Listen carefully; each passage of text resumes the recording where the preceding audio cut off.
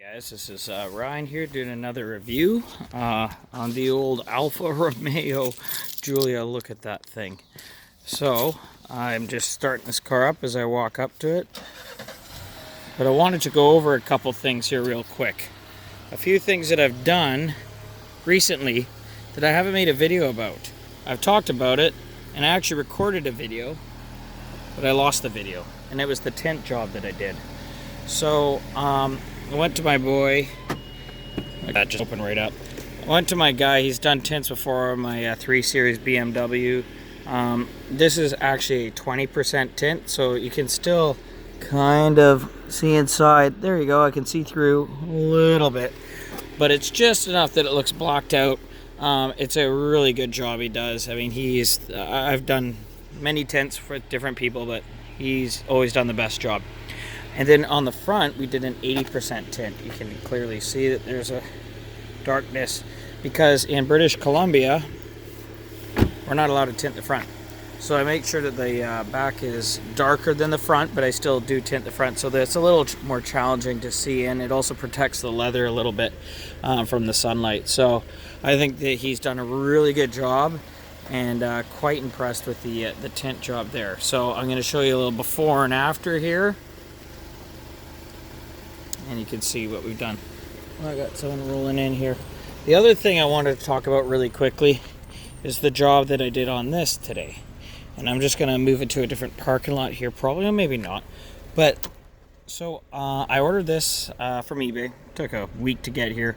It's the same piece that's being cut out and shaped that you would get on the Alfa Romeo Giulia Quadrifoglio.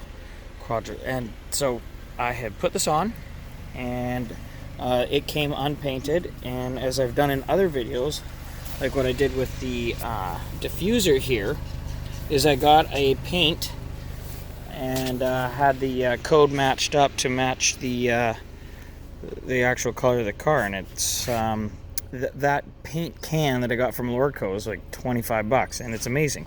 So it's never going to be the total perfect gloss that you get from a real car's paint job, and it's kind of hard to see in the camera work that I'm doing here.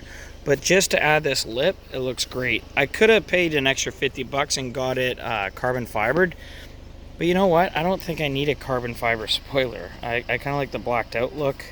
I've always loved, I know this will be flickering in the video here, but I've always loved LED lights on the black. But man, is that car looking sharp.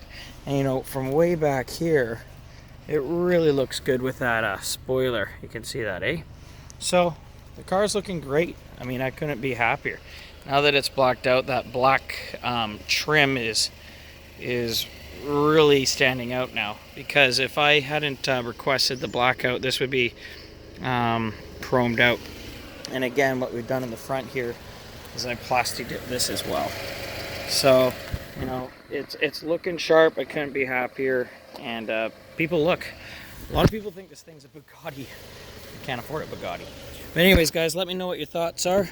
I'm gonna get in this thing and roll on out of here. I love this. The car I started, and to get it going here, see it says remote start to activate. So let's just push this and then watch the whole seat. It starts to go up, and we're good to go. Look at that. Okay, guys. Thanks. Don't forget to subscribe. Always putting out new videos.